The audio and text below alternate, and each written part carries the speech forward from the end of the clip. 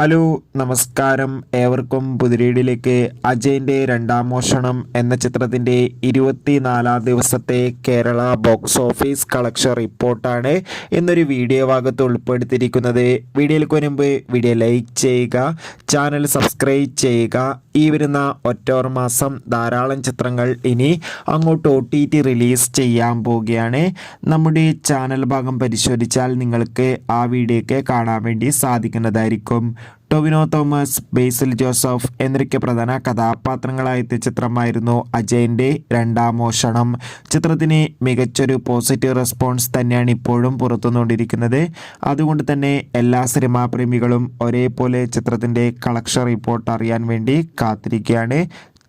അതുകൊണ്ട് തന്നെ നമുക്ക് കിട്ടുന്ന റിപ്പോർട്ടുകൾ പ്രകാരം ചിത്രത്തിന് ഇന്ന് 24 ദിവസമായ ശനിയാഴ്ച മാത്രം 1.5 കോടിക്കടുത്ത് കളക്ഷൻ നേടിയെടുക്കാൻ വേണ്ടി സാധിക്കുമെന്നാണ് ട്രാക്കിംഗ് റിപ്പോർട്ടുകൾ സൂചിപ്പിക്കുന്നത്. കാത്തിരിക്കാം.